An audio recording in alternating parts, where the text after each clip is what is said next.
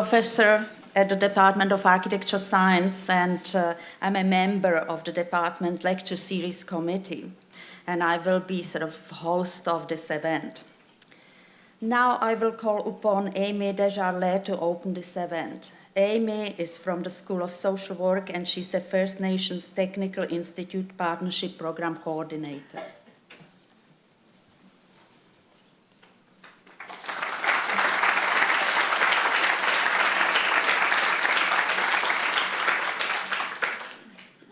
And I'm passing Amy a pouch of tobacco.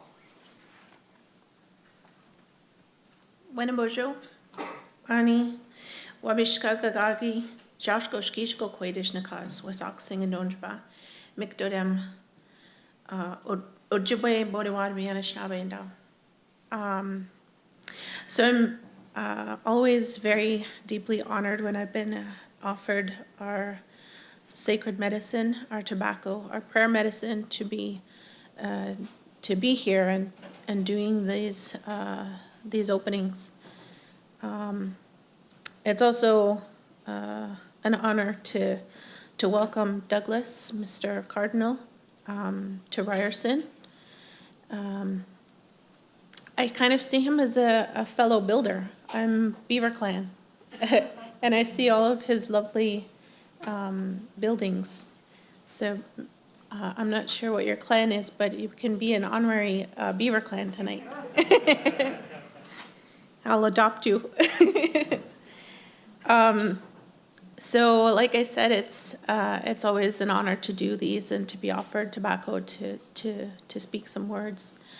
I'd first like to acknowledge our great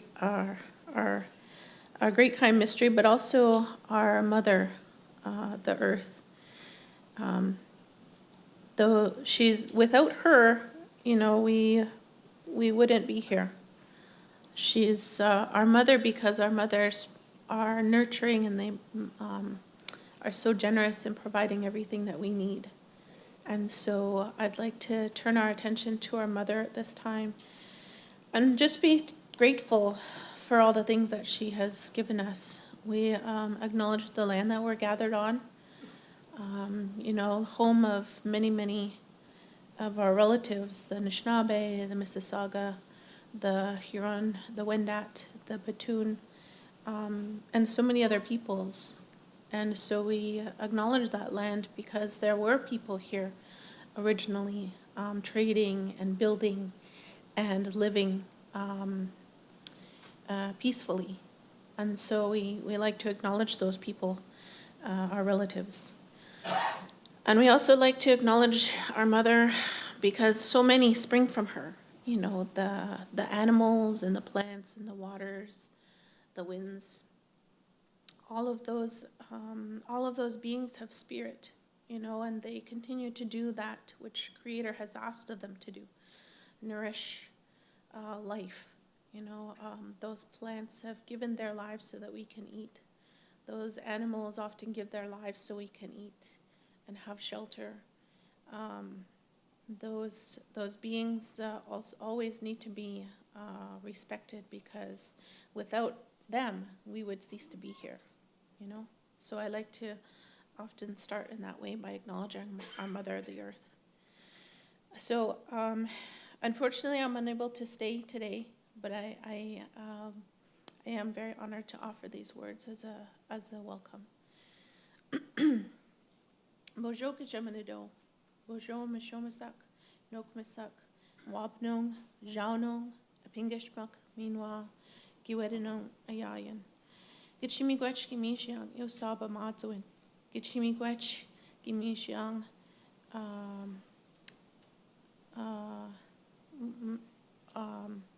Nokmis de Big Gizis, Minwa, Mishomis Gizis.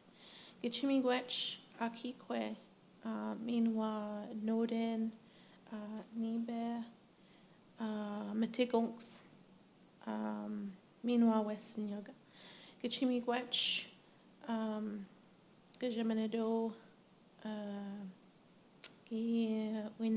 Nokiwin, Mishomis, Douglas Cardinal.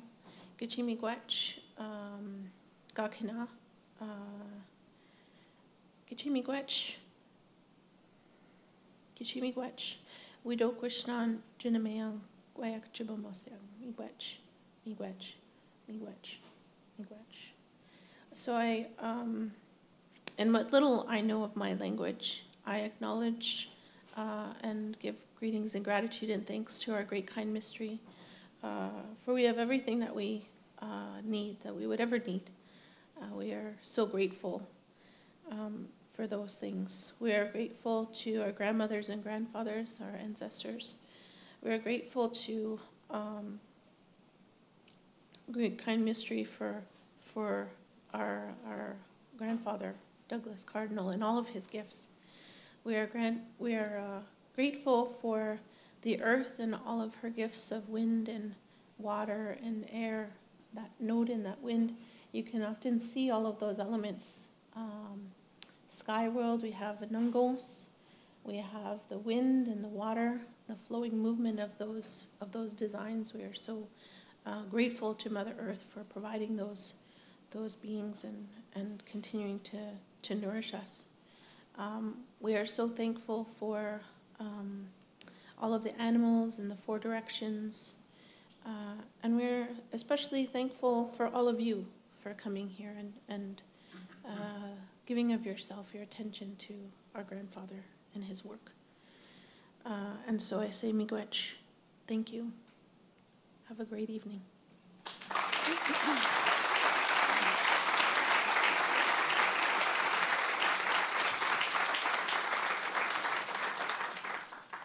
Thank you, Amy. I'm so thrilled with such a great response to our last lecture of our 2018 series. With the generous support of Woodworks of Canadian Wood Council, we are able to bring you tonight a lecture by Douglas Cardinal. At this point, I would like to acknowledge other lecture series supporters. They are Ontario Association of Architects, Toronto Society of Architects, Thames Valley Brick and Tile, Consulate of the Netherlands, French Consulate, Hampson and Simpson, and Ryerson University Department of Architecture Science, and the School of Urban and Regional Planning. I am sure that most of the audience does not require an introduction to Douglas Cardinal and to his work, so I will try to keep my introduction very brief. Mr. Cardinal started his architecture study at the University of British Columbia. Further studies took him to Austin, Texas, where he achieved his architecture degree and found a life experience in human rights initiatives. Douglas Cardinal became a forerunner of philosophies of sustainability, green buildings, and ecologically designed community planning. His architecture sprang from his observation of nature and its understanding that everything works seamlessly together. Douglas Cardinal expresses his buildings in a signature style of harmonious curvilinear forms. Yet the elegance of his design is not limited to aesthetics. He has a deep understanding of architecture as a tool to better the world. A proponent of organic architecture, Douglas Cardinal believes that each building takes a life of its own as a living, organic being shaped in close partnership with the client and all stakeholders. In early 1960, he began using the amazing capability of computers in order to define the complex organic forms, most notably in the care roof of his first masterpiece, St. Mary's Church in Red Deer, Alberta. By late 1970, Douglas Cardinal Architects became first architecture practice to be entirely computerized using an architecture software exclusively on projects. Recently, an exhibit entitled Unseeded will emphasizes and celebrate the work of Indigenous architects and designers through Turtle Island. It is grounded in the legacy of the call to action of the Truth and Reconciliation Commission report.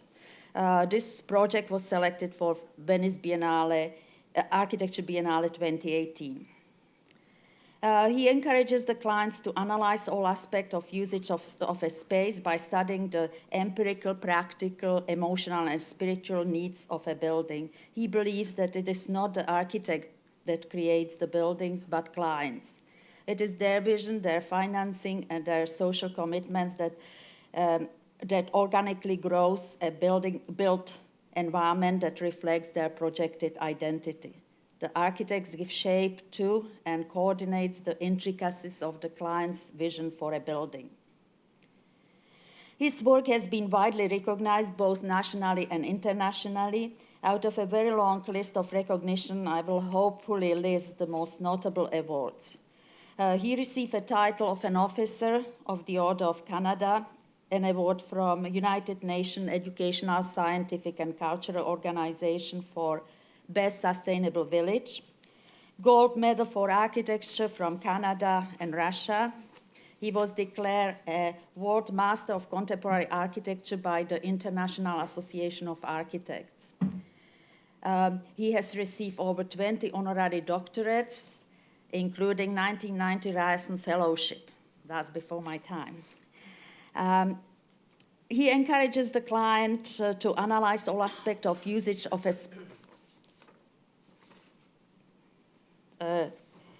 space. And I will end up with a quote. Without any preconception, I evolved design from the inside out, open to all possibilities. Please help me to welcome Douglas Cardinal.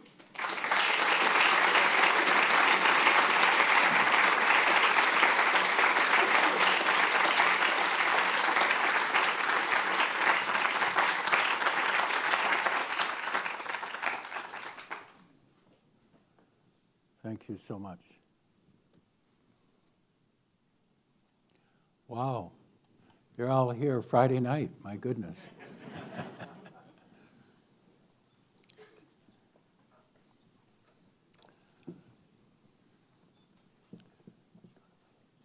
All right, I have a mic. Okay, that's great. Well, what I thought that I would share with you would be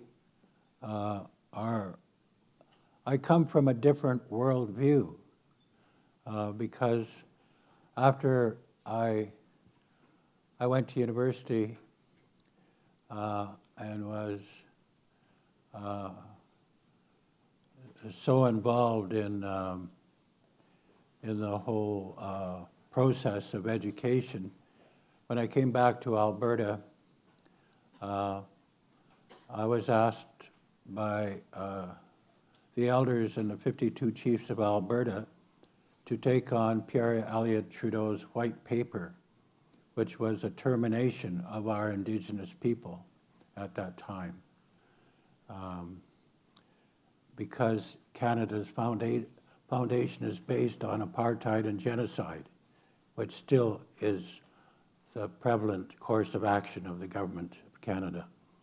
So I was asked to, by the elders to, since the government had the vision that they should wipe out all of our Indigenous people and take away our rights and land and everything else, we had a different vision. And so the elders asked me if I would put together their vision, which I did. But first of all, they had to run me through their university. They had to train me to think the way they thought, the way that my elders thought, and they had to educate me as to their worldview.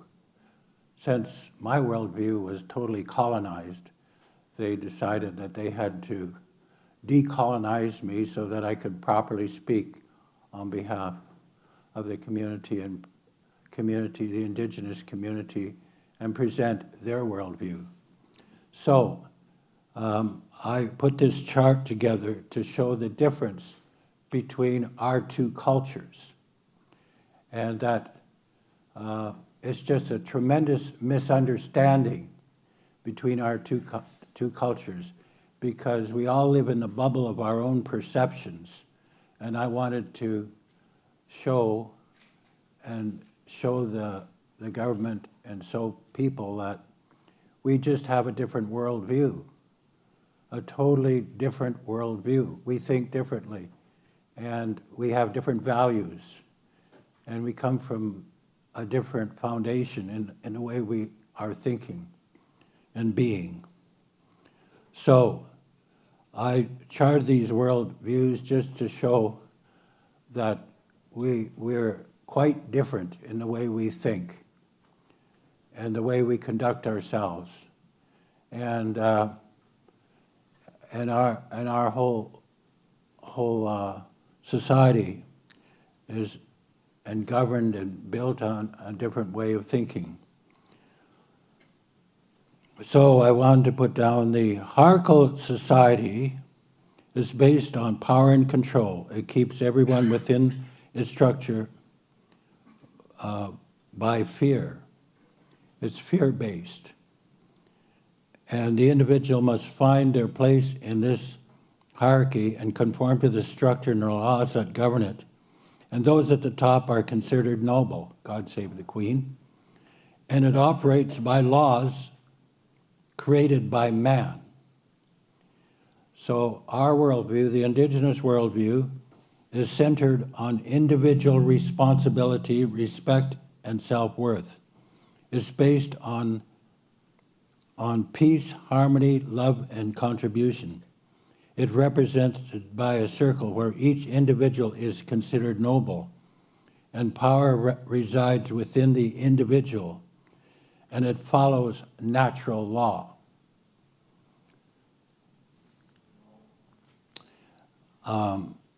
This society is based on a patriarchal system, placing men in the center of power. It requires man to be dominion over nature and his own nature. It is his responsibility to uphold the hierarchical system and seek its place as close to the top of the hierarchy as possible. It is a competitive society of winners and losers. Man is required to sacrifice his life if the hierarchy demands it, and man is the head of the nuclear family. Whereas the Indigenous society is an extended family. It is primarily a matriarchal society which encourages cooperation rather than compassion. It emphasizes being in harmony with nature and our own nature. The children are the center of the community. As the mother is dedicated to serve the children, the father is dedicated to serve the family. He would naturally give up his life to protect his family. Typically, the women chose their leaders from observing the behavior of the children. So men made all the decisions in the home, women made all the decisions in the community, and women made all the decisions for the nation. And men, out of reverence and honoring their mothers and the mothers of their children, implemented the decisions of the women. And that is our society. And that's why it was a society based on loving and caring and sharing and cooperation. It was a matriarchal culture, not a patriarchal culture. And whoops.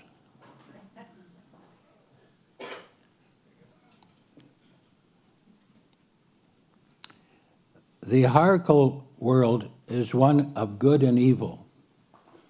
It is a binary world that gives power to the evil within us. Indeed, we are born with original sin and must seek salvation to be at one with the Creator. Man created laws that define evil and hierarchical organizations around their definitions. There is an assumption that we are not fully responsible for our actions because evil is so powerful. Like, in a sense, we're not responsible because the devil made us do it. We lack responsibility because responsibility is out there somewhere. Because of fear, we sometimes give the responsibility of charting our lives to others who we regard more responsible, like the church and the state. There's a great stress to conform to the norms of society. In the Indigenous world, people are beautiful spiritual beings of light, clothed in flesh, connected to the Creator and all living beings, as well as the universe and beyond. There is no evil. One does not need to fear themselves nor the Creator, which is the embodiment of loving and caring. There is a belief in following one's own heart and one's own higher self, for we are godlike beings and are basically loving and caring creatures. For us, there's only good and a crooked good that needs to be straightened out. We won't even give power to evil. We would not even acknowledge evil by giving it a name. It doesn't exist for us. There's only good and a crooked good. It's like in the movie Star Wars, don't give power to the dark side, you know. We are fully responsible to straighten out our own negative thinking, or we'll give ourselves a headache, or we make others ill by the way we're thinking. And so we have to realize that our way of thinking can affect our whole environment, and we are fully responsible to keep our minds in a good way. So it's just a totally different way of thinking.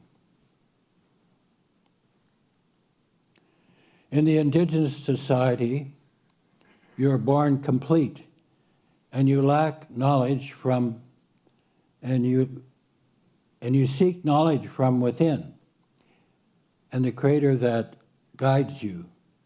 Knowledge has little value unless it is relevant to your own inherent knowingness. Because we are the grandchild of all the ancestors that came before us, and we're the grandparents of all the generations that come after us. So within us is the past, present, and future. We just need to seek the knowledge within. And the hierarchical worldview believes that a child is a tabula rasa, like a clean slate. Knowledge is like a pitcher of water. You have to pour it into the individual until they're completely filled up with outside knowledge. And when you are deemed knowledgeable by this society and conform rigidly to the guidelines of its institutions, then you're given a diploma or a degree that places you somewhere in the level of that hierarchy, which is predetermined by society. So that's the way that this society operates.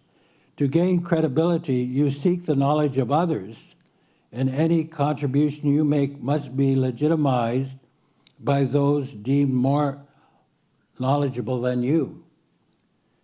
And you're trained to think that way, even in university. Your ideas or your thoughts don't matter unless somebody else legitimizes the way you're thinking. So then you're totally programmed to believe that all knowledge is outside there, that nothing comes from you. And in that way, you end up by not being people, but by being sheeple, like sheep following some leader, because you're taught not to think for yourself, not to be responsible for yourself.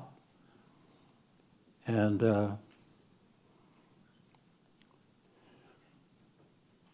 so the hierarchical society has created powerful technologies that force competition and stresses that each person excel within these created structures. As man is naturally territorial, it develops weapons of mass destruction that continue to accelerate. The spin-off of these technologies, primarily designed for warfare and competition, can be beneficial if used in a positive way. For example, computers, the internet, nuclear energy, and alternative sources of energy in competition with traditional forms such as coal and gas.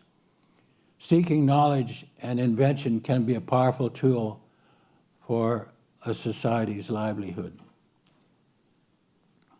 In the Indigenous worldview, it emphasizes creativity and ingenuity, balancing the needs of the people with the resources that they need to survive. It requires a basic knowledge of the environment and a reality grounded in understanding one's place in the universe. It regards the hierarchical worldview as an illusion that has little relevance to the true nature of man and his relationship to the environment and his creator. To reject who you are to fit in this illusion is a rejection of the wondrous being that God has created. One must celebrate life and embrace and love oneself. It's only through love will you become a knowledgeable being.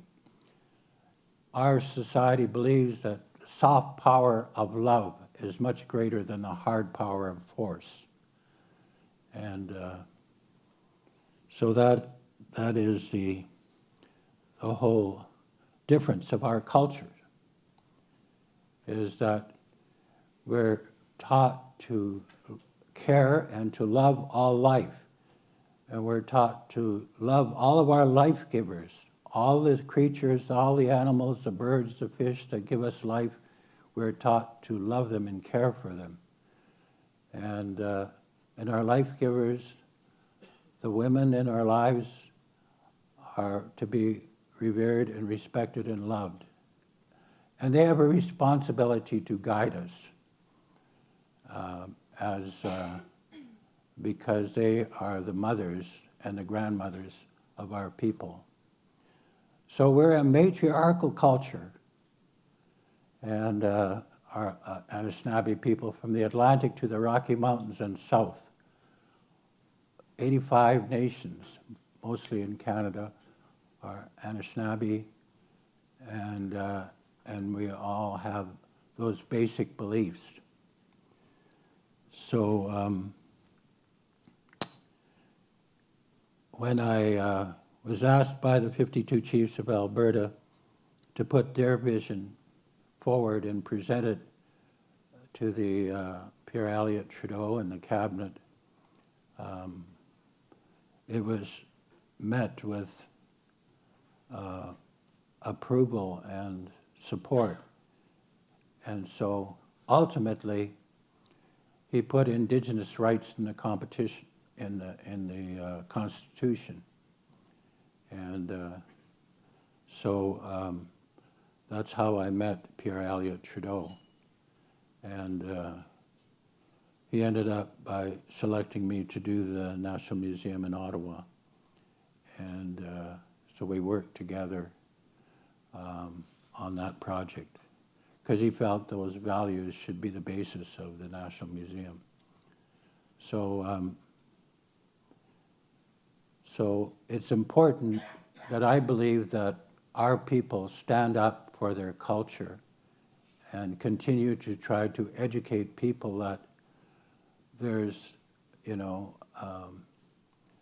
that when we're looking at the immigrant culture who came here and who've taken away our lands, our rights, and have established us on reserves and all these terrible things that they have done to us, they're not bad. they're not bad people. They're just following a different worldview. And it is a crooked good, because what happens is that we, in observing the behavior of the immigrant culture, they teach us how not to be and what not to do, and how not to act, and how not to govern, and how not to treat people. And that's valuable knowledge. We have had a lot of, our grandfather tales always tell us how to be and how not to be, but we can just observe the behavior of people around us of how not to be, and make sure that we are not like that we don't buy into that we still, no matter what, have an open heart of loving and caring, and an open heart of forgiveness, because when you forgive, you keep your heart open. So that's exactly what the elders teach us all the time, that we have to be loving and caring no matter what we have to endure.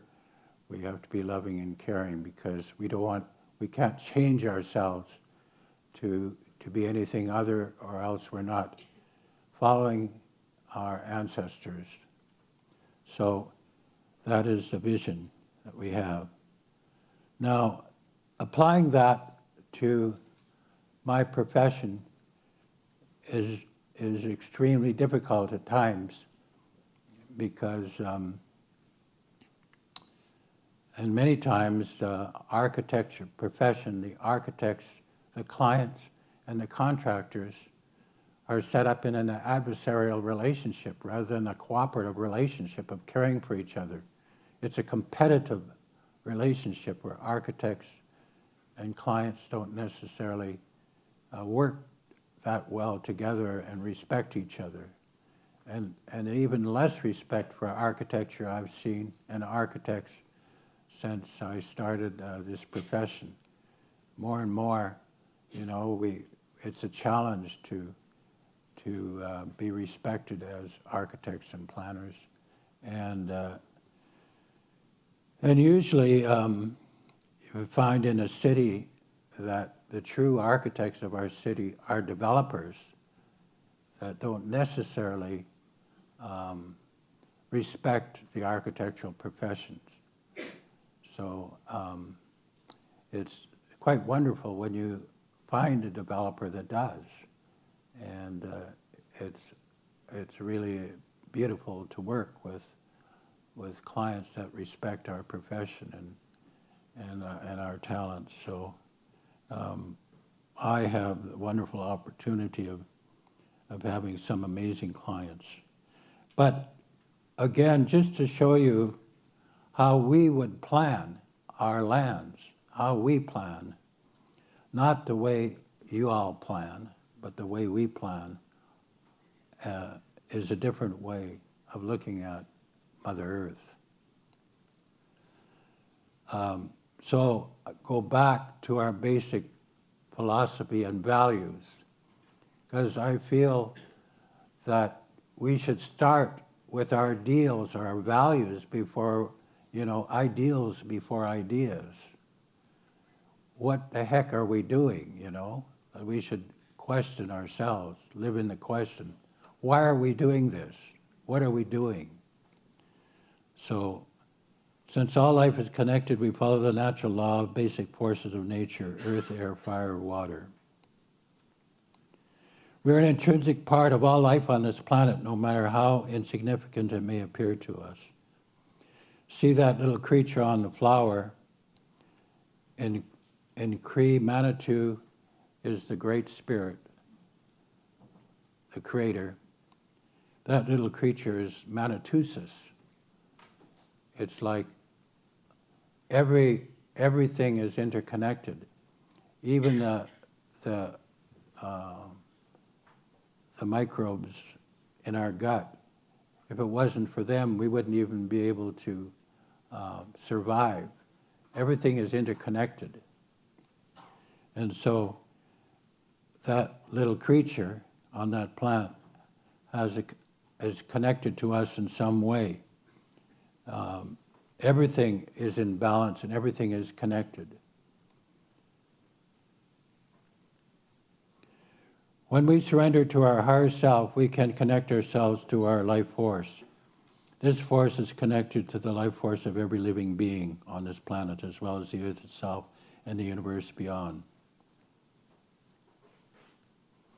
When we define ourselves as our ego rather than our higher self, our spiritual being, we disconnect ourselves from the source and disconnect ourselves from each other and from all life itself. See, when you feel your dominion over nature, like that's in the book, your dominion over nature, that's the most arrogant thing you can believe in, because when you're standing in the middle of a hurricane, you're not dominion over nature. And it's our concept that we're dominion over nature that's causing all this global warming and creating all this havoc on this planet right now. Because basically, there is this belief that you're dominion over nature. Well, you can't be dominion over nature because you are nature. You've evolved from this planet. When we communicate with the Creator, what we do with the sacred pipe is pray in the 6 directions: east, south, west, north, heaven, earth. Because this symbolizes that we connect ourselves to all the forces of creation which we connect ourselves, all the forces of nature, the universe. However, we believe that there's not only 6 directions of power in our universe, there is also the 7th direction. This is the power of the Spirit, the Creator, within ourselves. We are the 7th direction. We are an intrinsic part of creation, and we are at one. When we're at one with the Creator, thus on this planet, we are co-creators and have been given the power and gift of creativity. We're all godlike beings. Only human beings have been given this power to create. The Creator may have created this magnificent planet with wondrous forms of life from which we evolved, but we human beings have the power to destroy this marvelous creation and all of life itself. That's the magnitude of our power. Connecting to the 7th direction, which is within ourselves, requires us to be respectful of all life, including our own. It requires that we embrace the soft power of love rather than the hard power of force initiated by our ego. We can only be connected when we understand that the soft power of love is much greater than the hard power of force. When we are aligned to the Creator, when we are connected to creation, connected to everything, we become powerful, magical beings clothed in flesh. We truly become sorcerers because we're connected to the source. When we embrace this awesome power, we must take full responsibility of how we exercise it. The universe is all powerful. When you are connected, you become a channel for that energy. Each individual has the power to make a difference in the course that humanity takes. It is the creative efforts of each individual that determines the destiny of our future. So, each one of you has the power to change things. If you don't like what you see, you have the power to change it. Each individual has that power. And when it is only individuals that have changed the course of humanity, not groups, it's individuals. And so anything, any movement or any change, it's an individual that has, like Einstein didn't get E = mc² from a book. He got that from within himself, because that's where the knowledge is within. Everybody has that creative energy, that creative knowledge, and each person is magical. And you have to see that magic within you, that you have that gift. With this knowledge comes an awesome responsibility as guardians of the land we inhabit. We have the responsibility to, and this is what's taught to every one of us, respect all living beings on the land we share, maintain balance and harmony with our environment, create the systems which we require to be sustainable, heal ourselves, our families, our communities, and all people who share the land with us, heal our traditional lands, our environments, and heal our Mother the Earth, the source of all life on this planet. That's our responsibility. And we can't point the fingers at anybody else, like government or anybody else. It's the responsibility of each individual. When we plan for the future generations to thrive on our lands, we must also plan for the future of all living beings that share the land with us. Like, unless you plan for the future of your life givers, you're not going to have a future, because you require those beings to give up their lives so that you can live. And if you kill them all off, you're going to not be able to have a future at all. We must plan for the future of our life givers, for without them, our future is in jeopardy. So how do we plan? Well, this community here in Ojiboogamoo had their land all clear-cut, and they had a gold mine in an area that had tailings of arsenic in the water, and so they were poisoned by arsenic. And they had nothing, and the government wouldn't recognize them, and they were trying to live off the land, and their elders were freezing to death in their tar paper shacks, and everything was taken from them.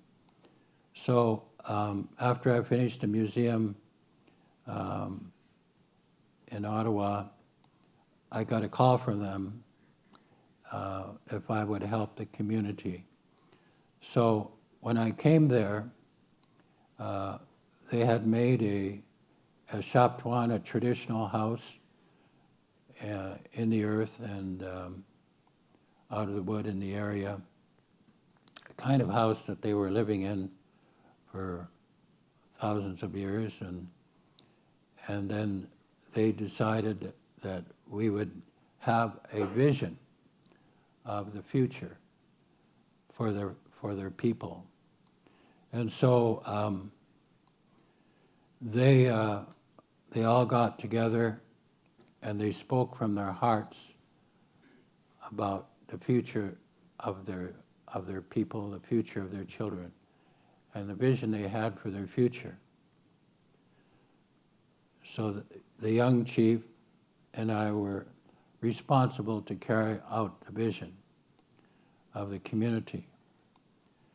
So we hired a team of lawyers, and we had a team of architects and planners, and our job was to complete the vision. So once what is amazing, what is magical in life, all you have to do is speak your vision from your heart very powerfully as a declaration, as a commitment. And all you have to do is keep your word, and your visions happen. The problem is keeping your word and not being afraid. You have to be completely unreasonable, because it's unreasonable to do this. But if you're reasonable, people will try to reason you out of your commitment. So you have to be totally unreasonable. And you have to state your commitment no matter what. And that's what it takes to get one's vision into reality. And that's what the people had. They were committed. And there was no way anybody was going to stop them from bringing a proper future for their children. And so how I was able to assist them to carry out their vision was to listen to them, to be able to record their vision very clearly as a declaration. And then within the umbrella of that vision, create a solution.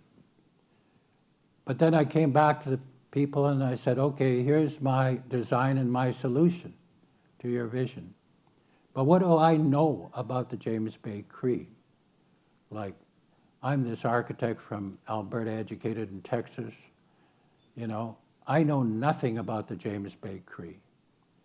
And so, unless you take my designs and criticize me and evolve it to suit you, it'll be another colonial act from me. And aren't you tired of colonial acts from Ottawa? And it won't serve you at all. So you have to criticize me. And the people who are loving and caring had a very rough time with that. They said, but, you know, we don't want to judge or criticize what you've done. And I said, you know, it's not our way. And I said, well, you have to let me know. I have to be educated. So then, in a little while, they felt very comfortable, and they absolutely tore me to shreds.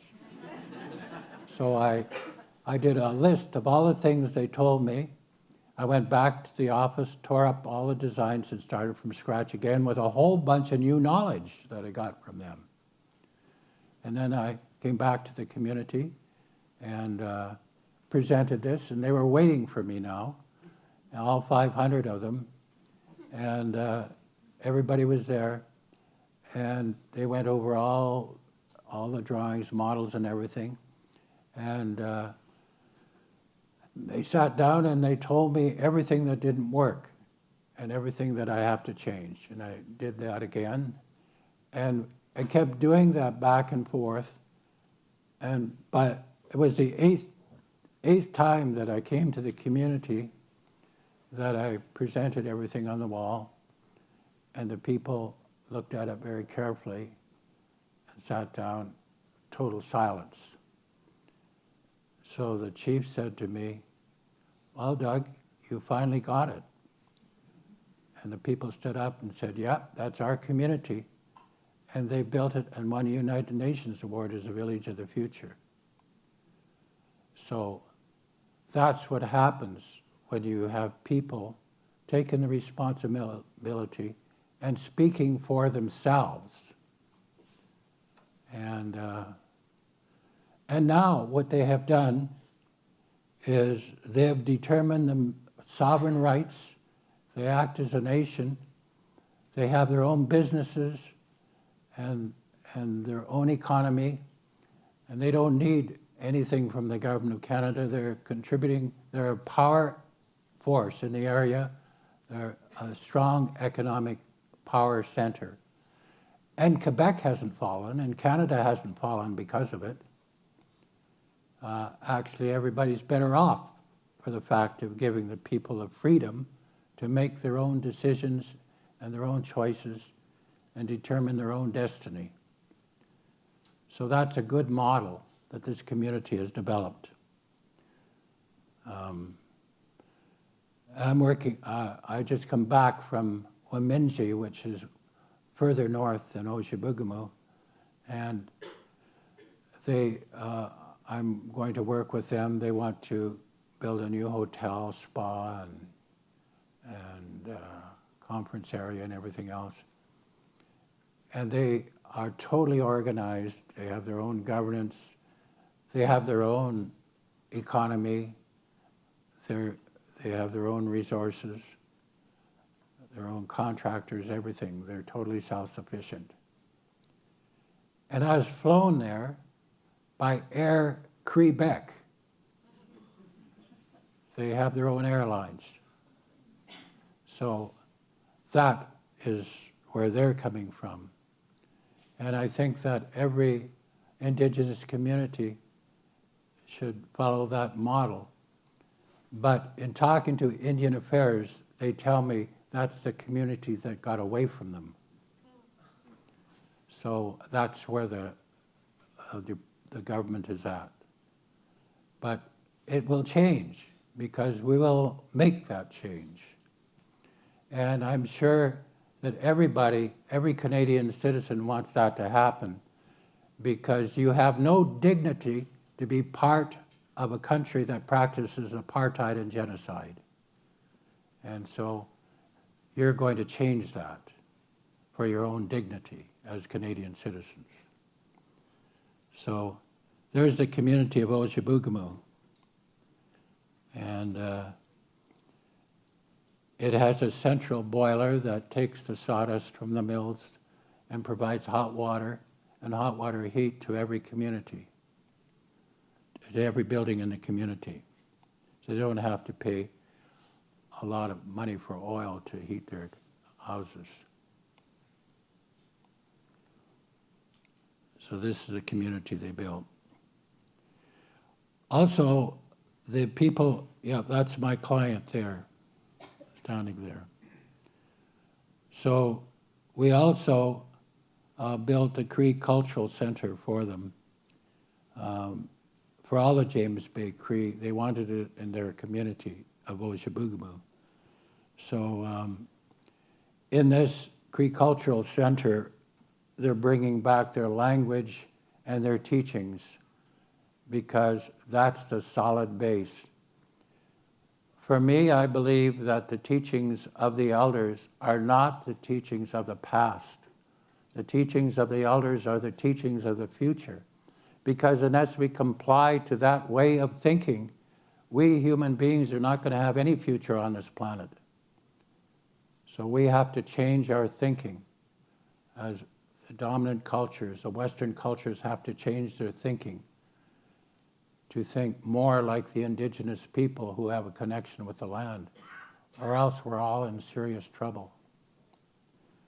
So they want to bring back all these teachings and all these traditions and the language and everything back to the people, rather than the colonial crap they've been teaching the children. They want to teach them to their own values and their own culture. And that's important for everyone, not just for the Indigenous people. It's important that that way of thinking be taught to everybody in the Western civilization, because the leadership is very questionable in our Western culture. Although the United States, for example, adopted the great law of the Haudenosaunee people as their constitution, the great law of democracy, of which they become leaders in democracy, that does not come from a patriarchal system at all. That doesn't come from Europe. That comes from our Haudenosaunee people. The American Constitution is a copy of our great law of the Haudenosaunee people. And it came from a matriarchy, not a patriarchy. A patriarchy is all about kings and queens and serfs and dictators like Trump. That's your patriarchal system. You want to see a real patriarchal system? Just observe the behavior of Trump. That's patriarchy. The matriarchal system is quite a bit different. So this is a Cree Cultural Center. Now, how we plan the land, how we plan the resources in the land, and that's what we're doing in areas like Kettle Point and those people that want to have us do land use planning in a traditional way. We plan for the future of the trees, the future of the water, the future of the fish, the future of all life for 7 generations. Because you can't plan for people for 7 generations unless you plan for all the life givers. So here, how do you plan? You plan for the future of people, and you destroy everything in your path. Pollute all the rivers, destroy the land, and you destroy all life as you proceed. You operate like a cancer on the planet. That's your method of planning. That's not planning. That's not even, you have to plan for the future of all life givers. So that's the way this planning was done by the people and by the elders. So now there's a tremendous resistance to plan that way because the bylaws and the planning are all based by the book. And which book? Well, somebody created the book, but it was somebody without any understanding of reality, because one cannot plan for the future if you don't plan for the future of all living things around you, because how in the heck are you going to survive? So that's what we did here. We planned, and we have to look at how do we protect the water, because people are spraying all this fertilizer on the land that's poisoning all the land and the water, and it's running into the Great Lakes and polluting them. And it's destroying the fish and everything else. So the people, any water that's running on their land, they have to create structured wetlands to purify the water before it goes in the river, to be responsible before it goes into the lake. So they want to set an example of how to plan properly, not the way the dominant culture is planning. They don't know what the hell they're doing. So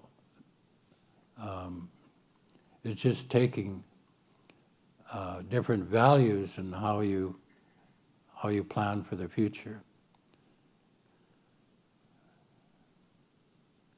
And so in this community, it's the same thing.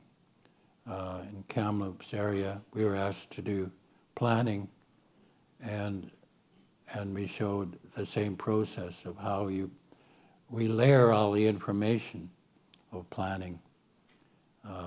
The endangered species that we have to preserve, the medicine herbs we have to preserve, the special trees, the animals, the deer there, the bear, and the roundhorn sheep, all of that we have to protect and preserve their livelihood.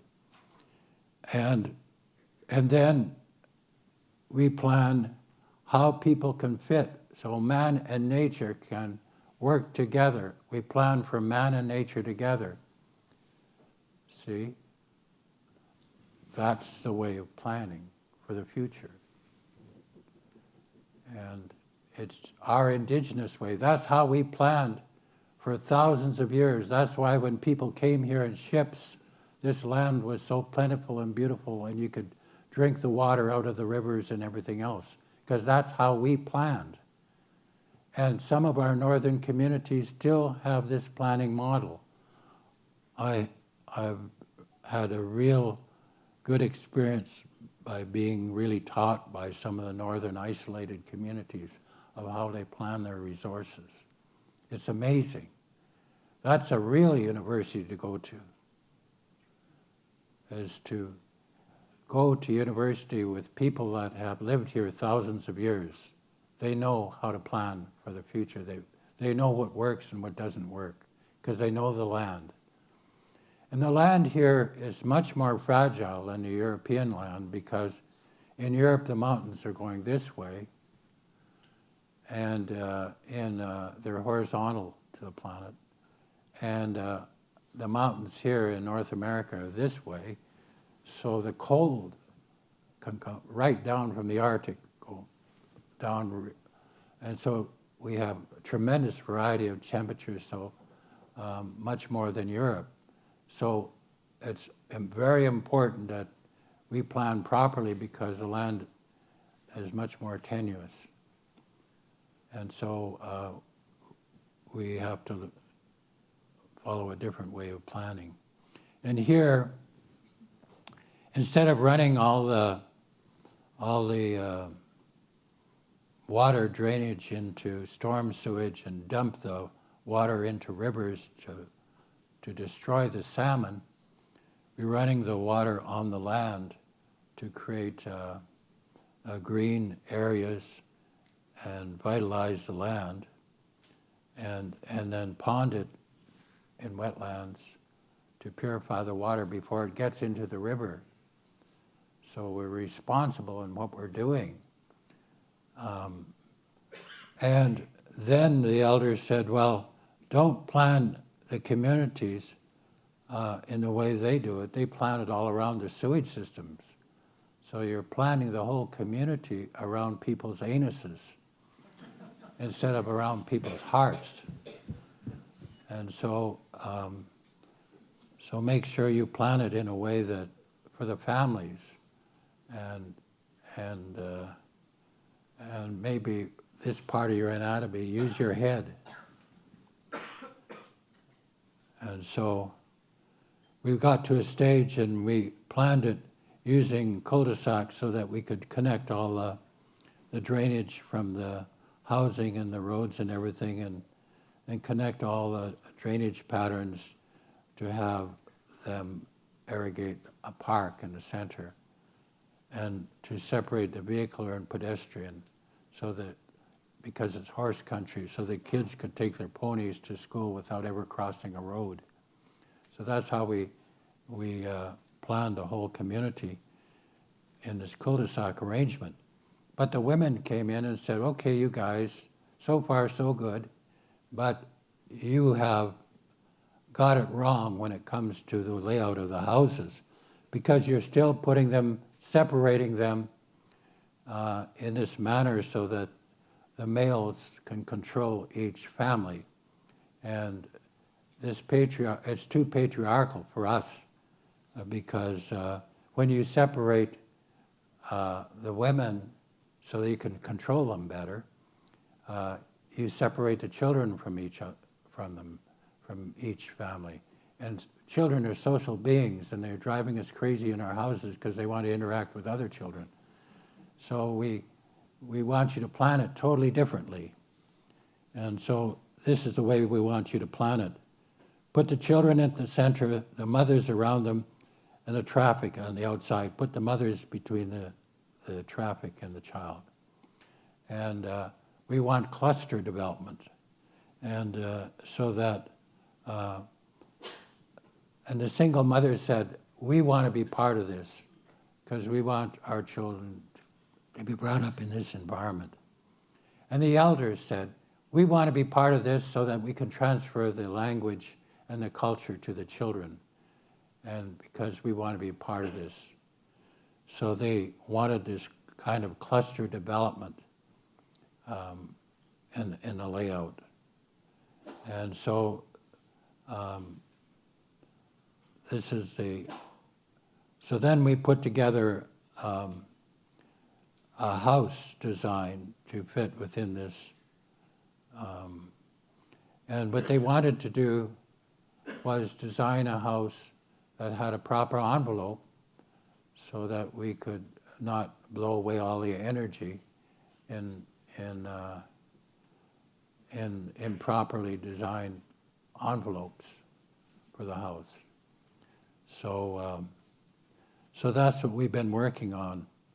And it's a real challenge because all the housing that we have under CMHC, the stick-built house with drywall on the inside, is not a suitable house for the north. It's not a suitable house anywhere because it's too fragile, and it creates molds which are really detrimental to people's health, because when you have a stud wall and put insulation in it, the dew line is in the wall, and you have condensation in the wall which creates the drywall gets wet and then you get molds. And that's very unhealthy. So what we're doing is building very unhealthy housing for people in the housing industry. And in the North, it's really bad because there are a lot of people in the houses because they don't have that many houses in the North. They require over 100,000 houses. They're about 100,000 houses short from what their needs are. And so it's so important to have proper housing in these communities.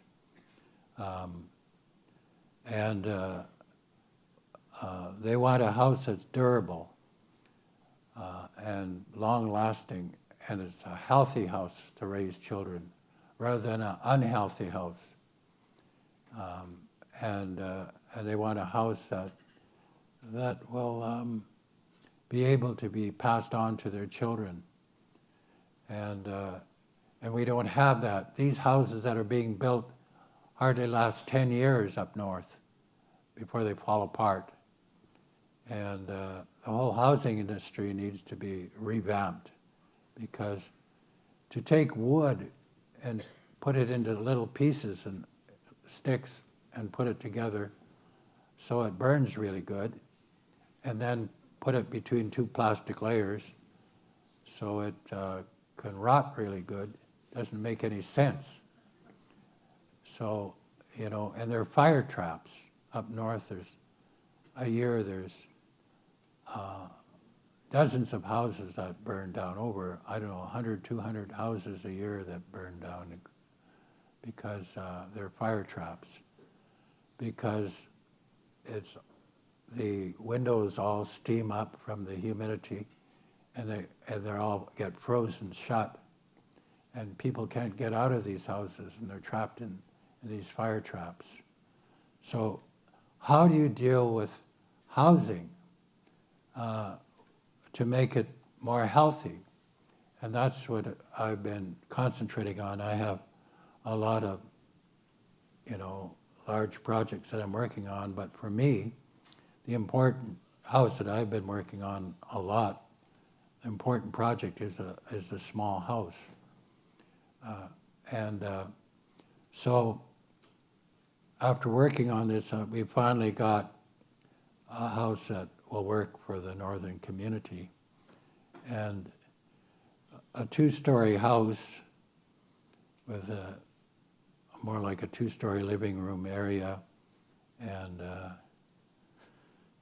so we designed this house out of cross-laminated timber because drywall is too fragile. The people up north said, if I can't stretch a beaver pelt on the wall, it doesn't serve me.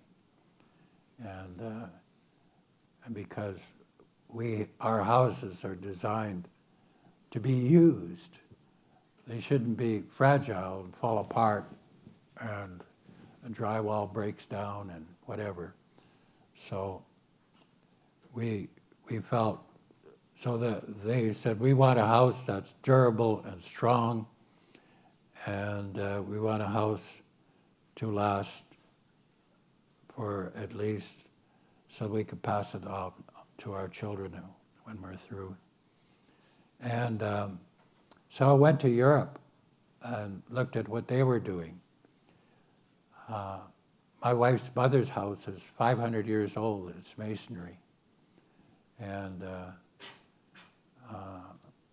But the challenge was that they were building wood houses in Europe, but they had to compete with the masonry houses. And they wanted their houses to last at least 3 generations. So how do you build a wood house to last for 3 generations? Because our damn wood houses won't even last 1 generation. So they've been using cross-laminated timber and different ways of putting things together, and using German and Swiss technology for the technical aspects. So spent time with them and came back, and of course they could supply us houses, but to me it made more sense to actually not have wood from Russia manufactured in Europe and shipped to Canada. It would be better to be able to have it manufactured in Canada and be delivered here using our own resources. So we finally were able to do that and put together a house out of wood that would be all prefabricated in panels in a plant and put on a truck and delivered to the site and erected in 5 days. It would all screw together.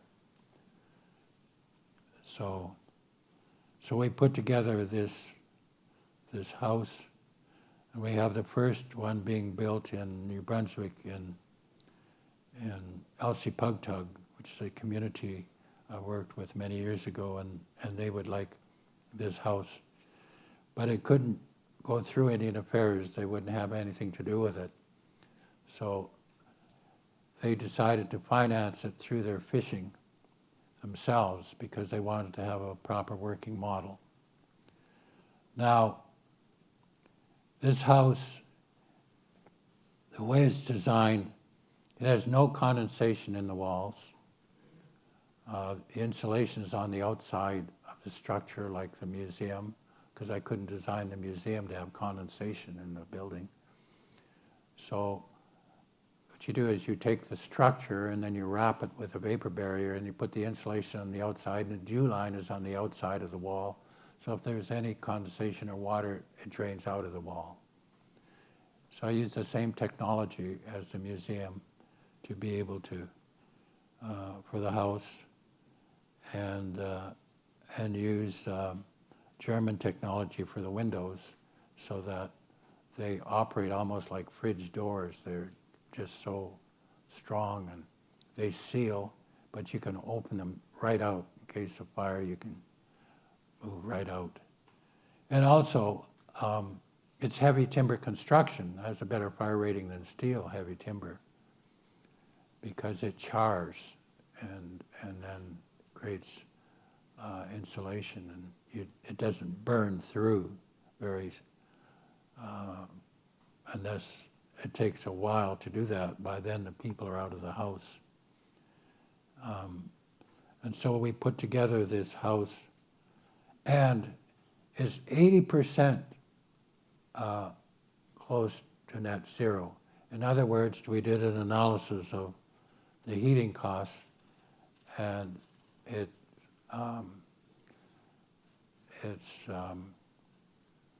you can take 80% off your bill. It uses 1/5 the energy. So you don't contribute to that much global warming. And with a little bit, we had to be able to make this house reasonable. What we did was we had to worry about every component, every detail in it. And there's a point where the last 20% ends up by costing quite a bit, and there's less time to be able to pay back, the savings in energy. The further north you go, the more relevant and more important it is, because it really will save money in the long run, and therefore there's a payback time. You have to worry about the economics of it. But it's all in wood and cross-laminated timber, and you can't, with 4 inches of solid wood, you can take an axe to it and you can't go through it. It's solid and it's strong, and it has a better fire rating than a stick-built house. And so the people prefer that they would rather have these houses in clusters like this, because in a cluster you can work out better sewage systems, use peat moss beds and whatever, rather than polluting the aquifer. So that's the process that we worked on for the housing. And Rich, I think I have. Hmm? Oh, okay. I was going to show those other slides. Which other ones? Yeah, the ones, the other wood structures that I had. I just wanted to show you some other wood structures we're working on. Which ones? No, these were the ones on here. No, the Cree Cultural Center and all those ones that This one? yeah. Okay. No, but there's others after that. Oh, no, that's on The school. Where's the school one? Oh, that's on the. I didn't know you wanted to talk about that. Yeah.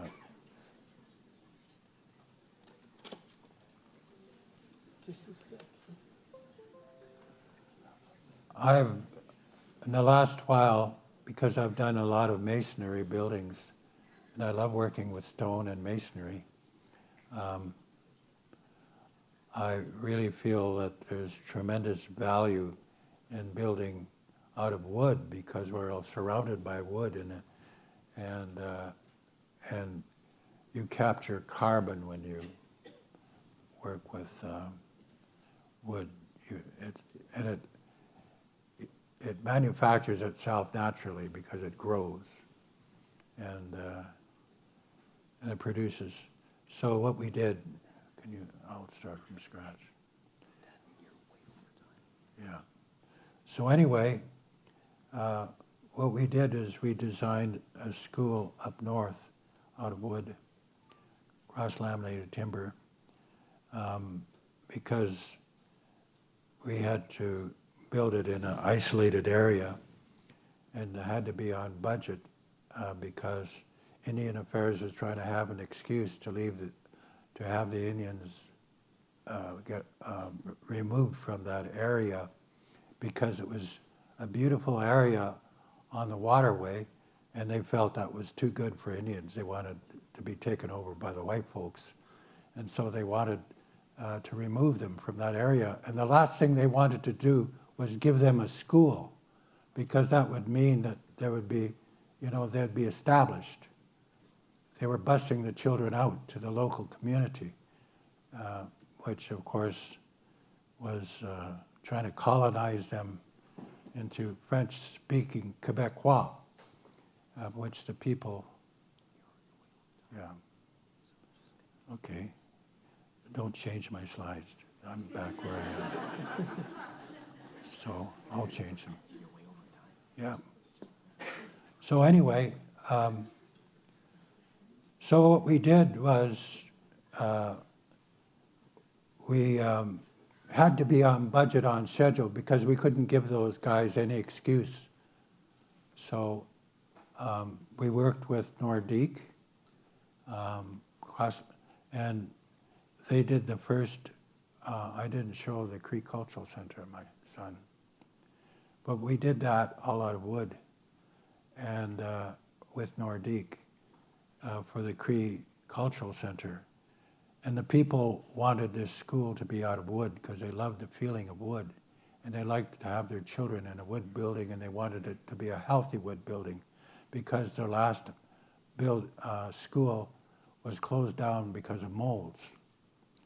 So, so we used that technology in the school. The other thing they didn't want was classrooms that were square, where kids were sitting in rows in front of a teacher, because that teaches the children that you have to follow some leader and that you have to be a bunch of sheep.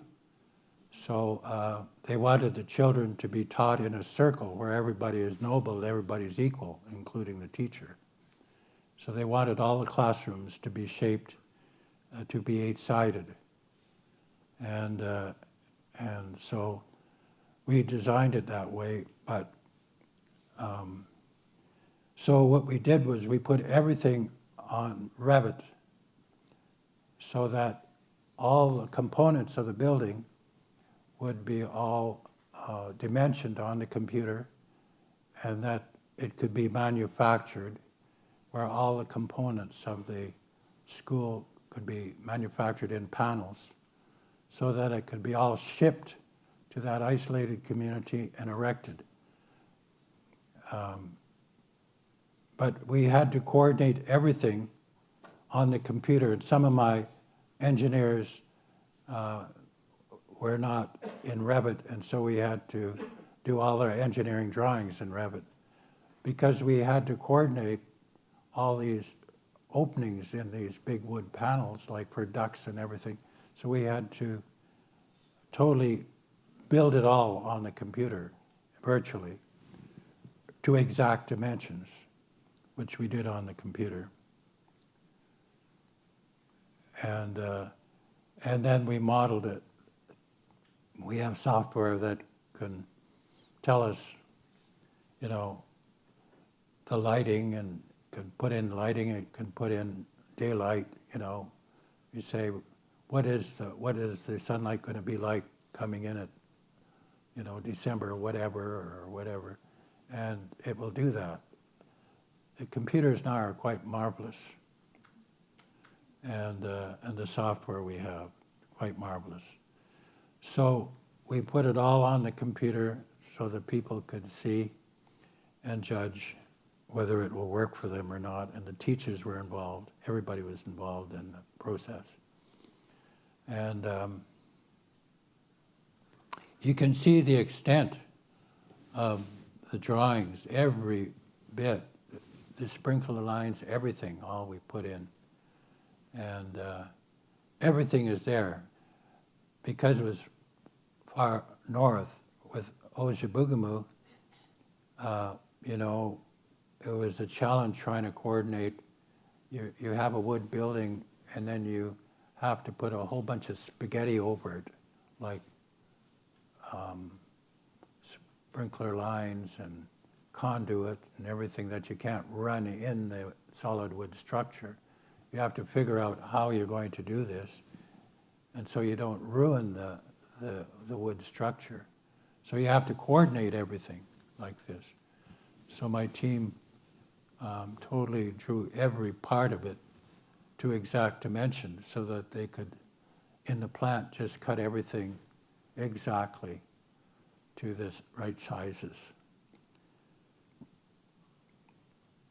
So you can see this is, so because Indian Affairs delayed the progress of our work, it ended up where we got the foundations in, but then winter showed up. But because it was all prefabricated panels, we built it all right in the middle of winter. And in the spring, it was all built so that we could then put on the exterior insulation and siding. So you can see, really, we had one person in the crane there and two people one screwing it, one directing it. We had 3 people put up that whole school in a matter of weeks. And that really saved money. And it's all solid wood, beautiful wood. And there we strapped the outside and insulated and put siding on it. And that, the people was involved in doing that, because we had the whole shell up. And when we had the shell up, we could put a vapor barrier around it, and then, you know, it could rain and do whatever, but we were in the inside, we could work in the inside. And so you can see how, so what an amazing product, cross-laminated timber. Solid wood, like that thick, solid wood. It's not going to go anywhere. It's not going to be kicked in by drywall, like drywall was. I mean, you know, it's good for the kids. See the gym, you know, there. And so this is how it came together, all solid wood panels. And we have an 8-pointed star in the classroom to remind us of the elders' teachings.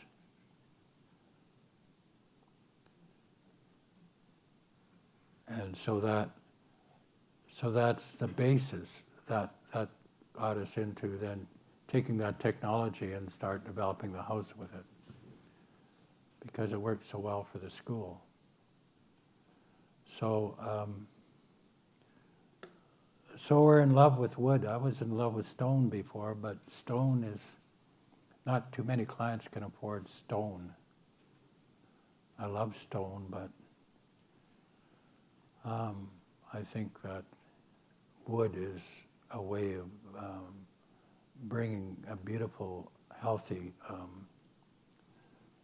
environment that really feels good. When you're surrounded by a whole wood structure, it's natural and it just feels good. So I just thought if you had any questions to ask, I'd be happy to answer them. Yes?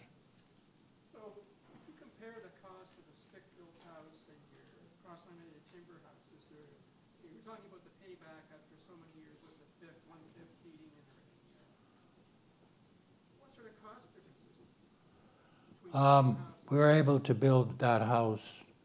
We had to build it for $225 to be able to be affordable, and right now that's $225 per square foot. We would like to put more into it. We'd like to use wood fiber insulation like they use in Europe. And they should manufacture it here in Canada because, I mean, you know, we have a lot of wood here and we should manufacture it. But it didn't make sense to import that product. We're hoping that we would be able to inspire somebody to create that product here in Canada. And what did you clad the outside of those houses with? What we did was clad it with cedar naturally that would weather itself without paint or anything. And it would be spaced. It's not 3/4 inch, it's about 1 1/4 inch cedar.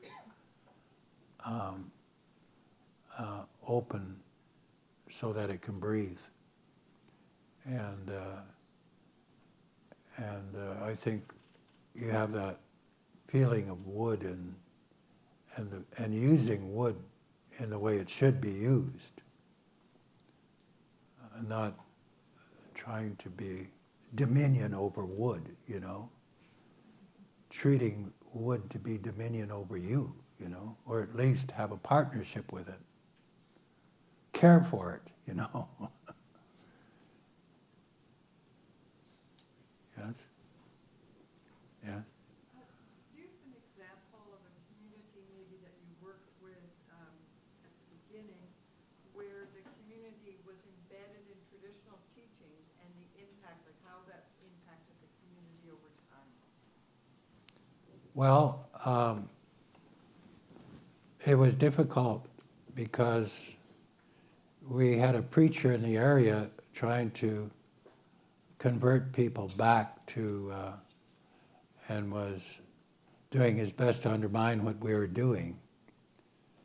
He got some of the people to ban the drum and all of these things. But in spite of it all, there were elders there that were strong enough to look at everything positive, including him. And in the long run, we were able to get everything together. But I noticed at the opening of the cultural center, we had nobody to do the drums and songs, so we had to invite the Algonquins to open our building, which has changed, really. because I think the people more and more, since they have their cultural center and have their culture coming back and the elders being respected and more and more they're starting to realize the value of their culture and the value of a culture that's based on loving and caring rather than power and control. And that is what I wanted to present in Venice. I wanted to present to them and show them that the indigenous people have a culture of loving and caring, and that's the knowledge we need today in the world. We need that knowledge. We need the women to take over again.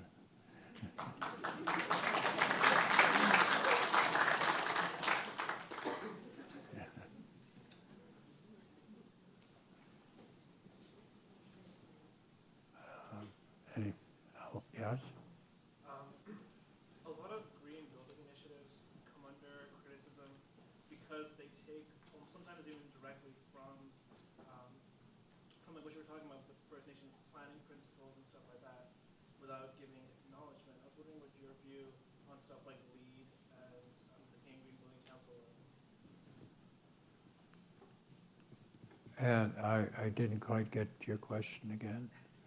I'm just wondering if you could comment on, sorry, trying. I was wondering if you could comment on how green building initiatives seem to draw a lot of their policies from a lot of First Nations building practices and planning practices, but they come under criticism because they don't really address those or acknowledge the influence that that the Indigenous population has on their policies. I guess what I was wondering is, where is your stance on that? Well, you're right. The First Nations are not acknowledged on anything except problems which really they didn't create. It's like what's happening with all these murdered and young Indigenous women and girls. It's like it assumes that's our Indigenous problem, but it's not. It's the government of Canada, the church and the state that have created this patriarchal system, which has its own inquisition. Remember, it took centuries to do that in Europe and burn all the powerful women at the stake. So, I mean, the problem, for example, of this situation that everybody's talking about, of murdered Indigenous women and girls, the problem is not in our communities. The problem is in Ottawa. One should send the psychiatrists there, not to our communities, because we're inundated by a patriarchal system of power and control through government policy. And if we were allowed to have our own governance and everything else, there wouldn't be a problem.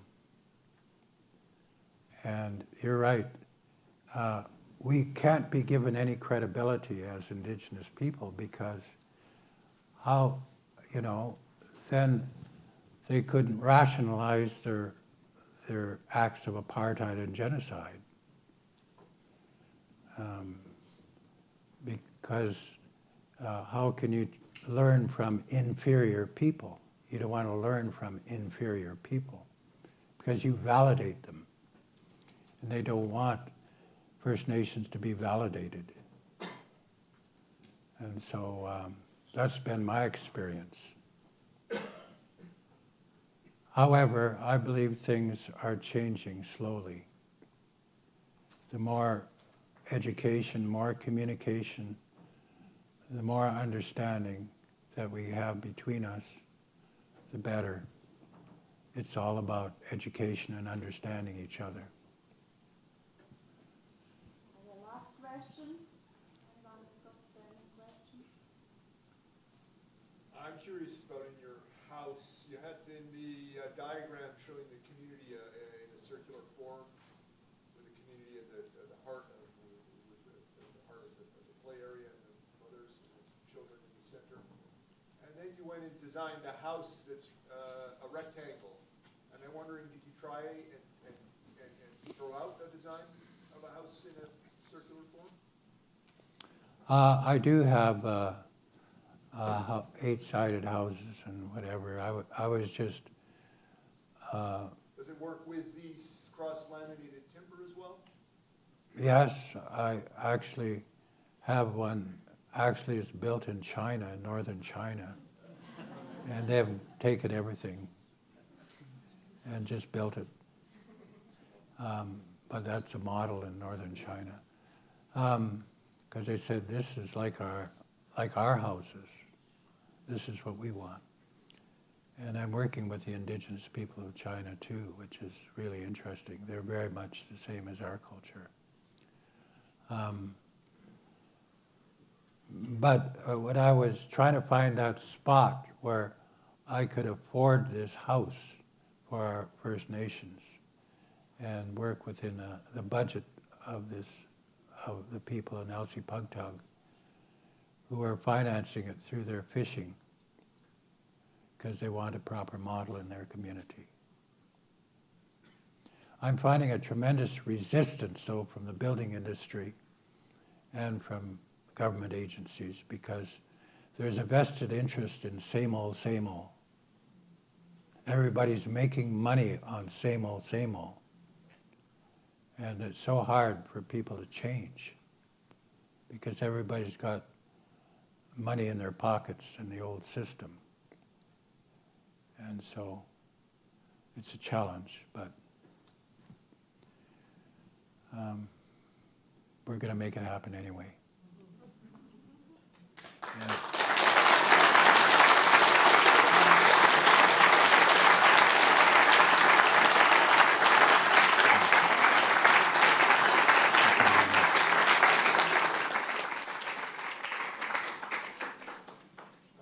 I would just like to thank you on behalf of the Department of Architectural Science and the students.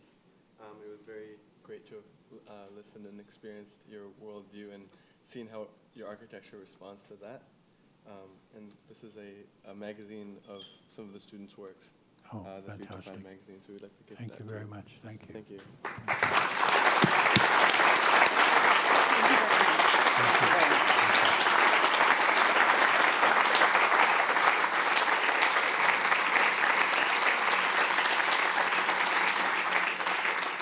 Now, thank you everyone for coming, and hopefully you will follow our lecture series in the winter 2019. So see you next year.